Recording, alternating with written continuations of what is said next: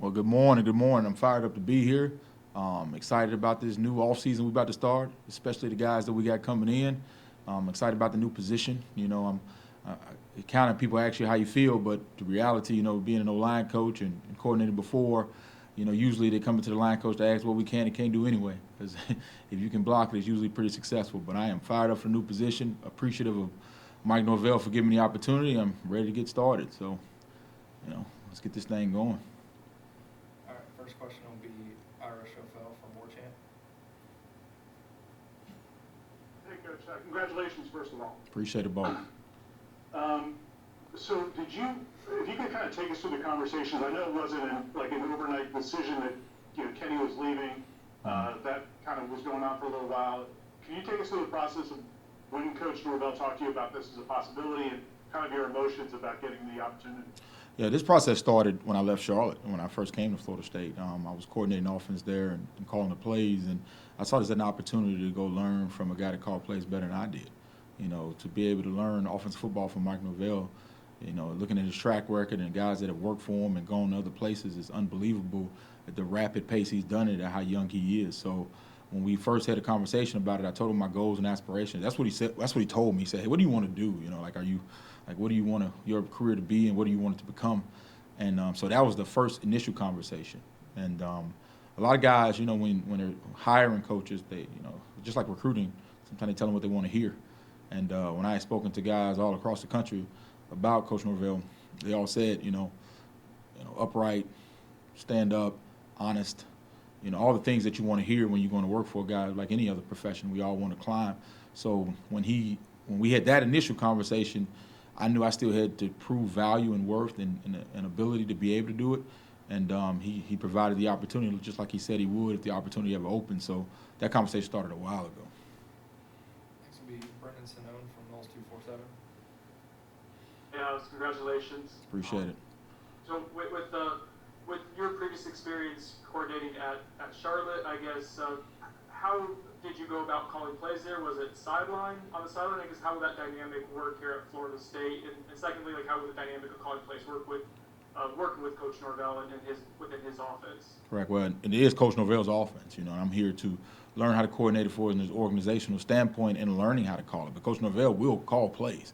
It's just more of learning how he does and how he sees the game and basically organizing it. And if being a line coach, you're always heavily involved in the play calling process. Now I'm just involved in all aspects of the process. My first time calling the game was I called the bowl game at Tulane when we played Louisiana Lafayette in 2018. And that I've always been on the sideline. The only time I was in the box was when I was a graduate assistant. So I will always be on the field and be able to interact with players on the field. And even when I took the position, when I was coordinator, when I left Tulane, I visited with a lot of coaches who had called it from the field and got a lot of advice from them. And that's what I'm comfortable with, and I like interacting with the players from the field, especially coaching the line. So that dynamic for us won't change much. I'll still be on the field, coach will be on the field, and we'll still have eyes and ears in the box. Next will be Matt Rochelle from the Orlando Sentinel. Alex, congratulations. I wanted to ask, were there any coaching influences when you talked about your offensive kind of maybe your philosophy? Was there someone maybe growing up or someone that you watched that you kind of maybe influenced some of your ideas about offense? Man, I took a lot of ideas from a lot of coaches. The original person I worked for, was Jeep Wade and Jason Simpson, who's still the head coach of UT Martin. They just actually won the conference. But as far as being an O-line coach and calling plays from the field, the first person I connected with was Bill Legg at the time. When I was GN at Marshall, he was the line coach and calling plays. When I got to Charlotte, I reached out to coaches like, Jeff Grimes, and I reached out to the, head coach at Rice. I mean, just multiple people that I reached out to that had been in that position and able to run an offense. It's the list goes on and on, but those are the guys that I saw had done it and made it possible.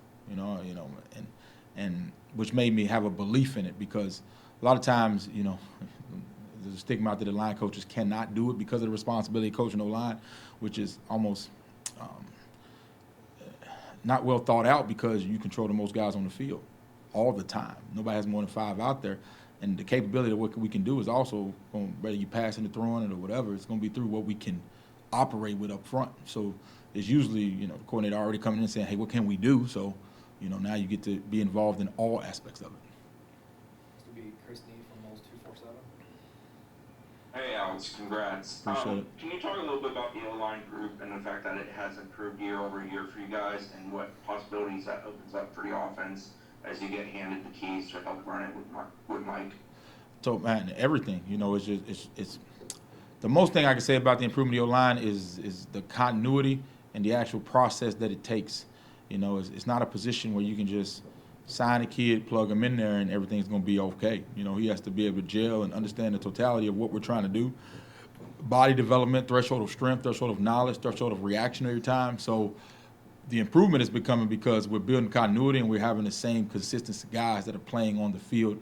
It's not a group rotation. It's not a, hey, this kid played bad 3 plays, get him out. You know, it has to be a process of learning and understanding each other. So we're finally at a point where we got, you know, some guys returning, and we got a good young class coming in, and we got some older kids, you know, that I believe have taken great steps to order to lead our room. So we have the pieces needed to have large quantity of success. It's just we still going through that process. But I just attribute to the kids in the room learning what it takes to be in a good old line. It's not a, you know, it's not a high school fix. It's not a portal. It's a process. And, you know, we're taking steps in that process. Next will be Andrea Adelson from ESPN.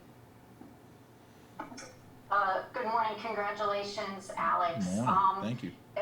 There are not a lot of African-American coordinators on the Power 5 level, even fewer who've been offensive line coaches. Just curious how meaningful that is for you, and whether you see yourself as somebody who can be a role model for other young African Americans in the business who want to take the types of steps that you've taken in your career. Yeah, in totality, when you look at guys that move up to the OC position, it comes from the quarterback position. And that's kind of the norm, and so that kind of trickles down to not only O-line coaching, but just African-American quarterback coaches. So it's even kind of double-fold because coaching O-line, you know, race really, not many white or black offensive line coordinators. But I do think it shows progress as far as examples. You know, a lot of people, you lead by example by creating belief that it is possible. Because at one point it wasn't believed that it was possible, you know. So the example, and when I say if I want to be an example, it's more of how my kids react to me, the relationship I build with the players. You know, those things are more what I want to be, you know, looked upon as how I relate to my players and how my players respond to me and the things they say about me. Because that's the truth of the matter. You know, I can get up here and say whatever, but whatever those players are saying about me is the truth. But I do think it's significant because anytime there's a first or only, it creates belief, which creates inspiration. All right, next will be Pat Burnham from the Osceola. Congratulations, Coach. Appreciate it. Just one question. Obviously, Tony Tokarz has been added as the quarterback's coach. How big is it an advantage to you as a coordinator and to the offense as a whole with them having been on staff? Does that help you guys as you transition and working together? Or just knowledge. You know, he's been with Coach Norvell for a long time, and his knowledge of the offense, his grasp, his personality, you know, relationship-based, like everything, that was just a home run for us, especially for me because the relationship I have with Tony and the things he taught me walking in the door. You know, he was able to give me all the information I needed, and from you know, playbooks to you know, verbiage to everything that's translating. But nah, that was a home run just because of his knowledge of not only this offense but relationship he has with Coach Norvell and one I built with him over why we've been here together. Next will be Kurt Weiler from Tallahassee Democrat. Hey, Alex, congratulations. You talked about, even as the offensive line coach, your level of involvement to a certain degree in the play calling already. How much do you think how involved your guys are in really all aspects? Whatever the play is, your guys are going to be heavily involved in it. In the building relationships already with the guys you're going to be supervising now who you kind of weren't previously, the wide receivers, running backs, quarterbacks? Well, yeah, you know, like how, you know, when offenses are structured, everybody is like in charge of every position coach has a key piece of the game plan that they're highly involved in, that they're responsible for. You know, the coordinator basically is involved in all of those conversations and all of those play call and all of those deals of what's going to be done. And even in those small aspects, no matter if the receiver coach is looking at 3rd and long, you got to come tell the RSO line coach, what can we protect? So it all comes back, you know. It's just more of now being a totality of each of those conversations, you get that early input instead of the deal kind of getting done, then it coming back to you anyway. So you get to kind of be in all the early starts of those, play calling and structuring of the game plan. We'll go back to Brendan Sonoma. Alex, I was hoping to get your thoughts on AJ Duffy, and I guess getting to talk with him and meet him now that he's, I believe, here in Tallahassee. And just how important is that for him to kind of get his college career started, as early as possible? Well, no, that's the key. I think most players are coming in early now. The thing about AJ, what I enjoyed being around him, and he has a relationship with all the coaches, and also just his poise, control, his recruiting ability, his relationship with the guys that are coming in and the guys already on the team. It felt like he was here when he wasn't here, just because he was so active with even recruiting, game planning. I mean, he questions, after the game. He's a ball guy, and you see that even what he did here this past weekend. Like, he is a football player and he loves the game. So, I mean, him being here early definitely gives him a great chance of learning this thing as quick as possible, because he might know most of it already. He loves it. All right, we'll go back to Irish Rafael. You spoke about this briefly earlier about the collaboration between the staff. What's Coach Norvell like when you bring in other ideas? Like when you guys came together 2 years ago, would you say, hey, this is something we did previously in another place? I mean, is he receptive to that? How does that process work? Coaches, like I talked about, people talk about that phrase that's going around, love football. Coaches, if love is what Coach loves football. So even when we first got here, with going through the pandemic, it was a little bit different because everything was on Zoom. But we had days where each coach would present what they'd done before and different ways they can help in the offense. While we were learning his offense, I mean, if you look at guys that get frustrated in their profession, it's usually because they don't feel like they have a voice. They feel like they're pawns, and it's just, do what I say. And Coach Norvell, if you look at his track record of coaches that have come through and moved on, and the way he's maximized coaching, every coach feels like they have a voice. He makes sure you're heard. Now, and that's not saying everything's going to get in and you're not going to, but everything will be listened to. There's group discussions, there's input, there's film watching, there's studies. We all had studies. We studied at different offenses. He is, he almost becomes like an assistant in that aspect, where he wants to hear more football things and ways that can help us improve, but also, looking at the personnel we have. It might sound good and look good, but the personnel is personnel-driven offense, which is what I enjoy, because when you say the Mike Norvell offense, it has changed so much because he changed it to the personnel that he has. It looks to what we have. That's why I like the slogan where he says, where stars come to shine, because if you are dynamic, we will find, the offense is built to find a way for you to shine. So that's what I've enjoyed, is learning how to personnel drive an offense. All right, go back to Chris Nee. Alex, with regards to eyes in the sky, do you get input on who you guys put up there? Is that a Mike Norvell decision?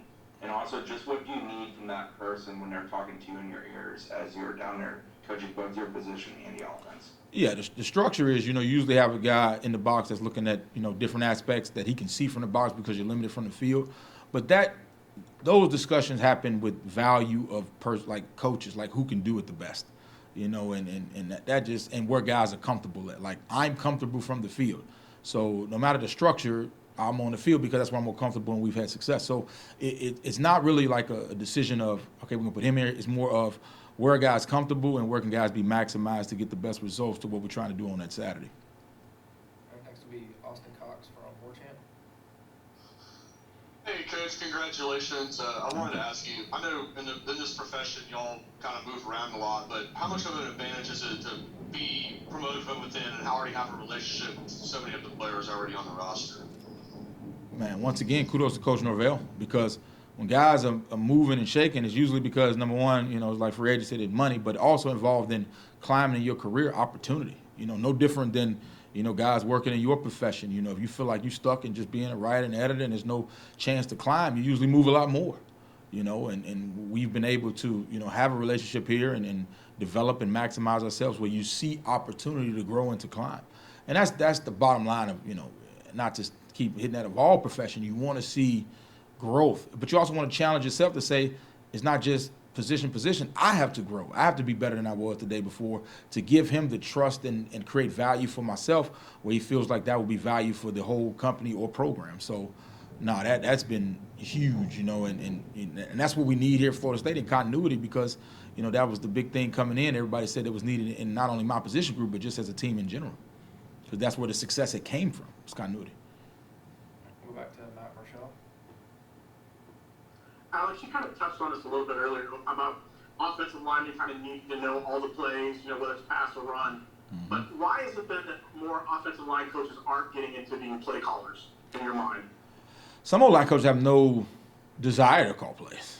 They enjoy coaching the O-line. Like there's a mushroom clinic. Some guys say I don't even want to get involved in it at all. I want to coach the offensive line. That's what I feel comfortable, and that's what I want to do. So that, and also just the stigmatism, like going back to coordinating, is historically has been quarterback coaches. That's the norm, and like any normal business or anything, like there's a cycle that's what it's been, and that's what it always will be. And you look for guys that are not that kind of mindset, that are willing to evolve and change and look at different options to maximize wherever they are. So I give a lot of props to Coach Norvell for thinking outside of the norm and just looking for maximize the best results we can get and also create opportunities. And some coaches, it don't matter how good their coaches are, they want the quarterback to be the coordinator. It doesn't matter what dynamic it creates or how it goes. It's just more of that's what they've known and that's what it's going to be. We'll go back to Aaron. How, I guess if you could just talk about your relationship with Jordan Travis, how you've enjoyed watching him grow over the last couple of years, and how much involvement have you had with him individually, considering you weren't his position coach. I know you won't be his position coach, but obviously offensive coordinator and a quarterback would be a little bit tighter. Yeah, Jordan's awesome because, he's in group text with the O-line. I mean, he comes out, I stand, you watch practice, I stand next to him basically the whole game, the whole practice. So we have good conversations. He also is involved in, knowing the protections and knowing the checks, the run checks, and because our offense is, heavy quarterback vision. But what I love about Jordan is those players love watching Jordan. They love being around him. They are inspired by him. He inspires them to play better than what they are and to overachieve. And his growth has been just like very similar to O-line, like you wish you could just go, plug and play like free agency in the NFL, but that's just not the case. He has developed, he still has years remaining of eligibility, and he's gotten better every time and every year he's been here. So his development has been awesome to see, and that's just reality of football. We've kind of, microwaved this thing a little bit, but, I enjoy watching development from beginning to end of process.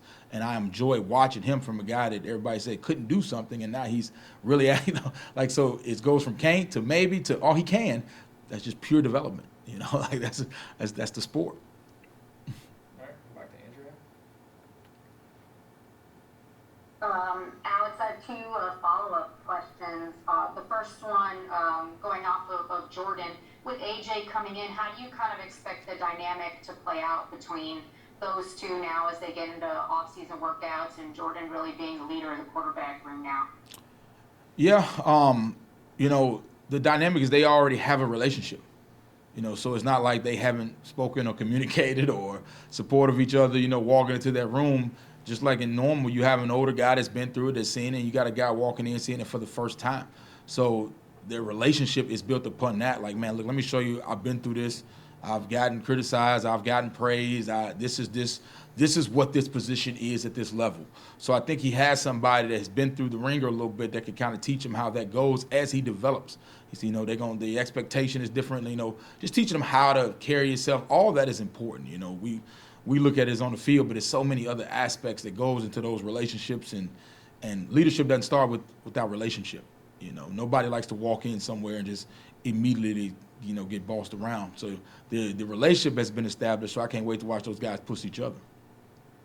And the other one was, you talked about how the normal route for coordinators through quarterback coach. What appealed to you about wanting to be an offensive coordinator? Why is that something that you wanted to do in your career?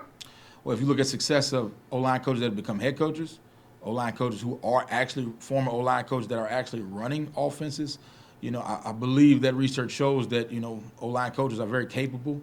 very smart, very understanding of all aspects and not just protection and run game. And I've always loved all aspects of football and all aspects of offense. Usually you get stuck in kind of that closet of that, and I'm in there. I want to know what's going on in Skelly. I want to see routes. I want to talk about like I love ball. And sometimes when you get into that position, they act like it's foreign to you to see other aspects. And line coach, we do that to ourselves sometimes. We don't. We don't want to hear the other aspects of it because the offensive line does require quite a bit of attention and development because it is a huge developmental position. So, we've added to that a little bit. We want to kind of have our own little community and fraternity of O-line coaches. But, to me personally, I've always wanted to run an offense as being an O-line coach. All right, last one. We'll go back to Ira. We know you can't speak specifically about guys who haven't been announced by the school yet, but what are some of your guys' goals as an offensive staff, looking at the transfer portal and still finishing up the high school signees, particularly offensive line and wide receiver, kind of beefing up those positions, and how do you feel about how that progress has gone so far? I think people are looking like how we look at the portal is, I want to develop high school players and develop some continuity. And I think the portal has allowed some guys to be able to still grow up, some young guys, and so you won't have to play them too early or stunt their development. And I think that's how we view it. I can't speak on everybody else, but, the guys out, the high school players, and I want to develop those guys and get them the best as they can be system guys. I mean, that's the goal, because that's how you build continuity. It can't be, that's what it needs to be. And I think people are just using the portal as a way to still be able to develop the young guys, but still add some Band-Aids when needed.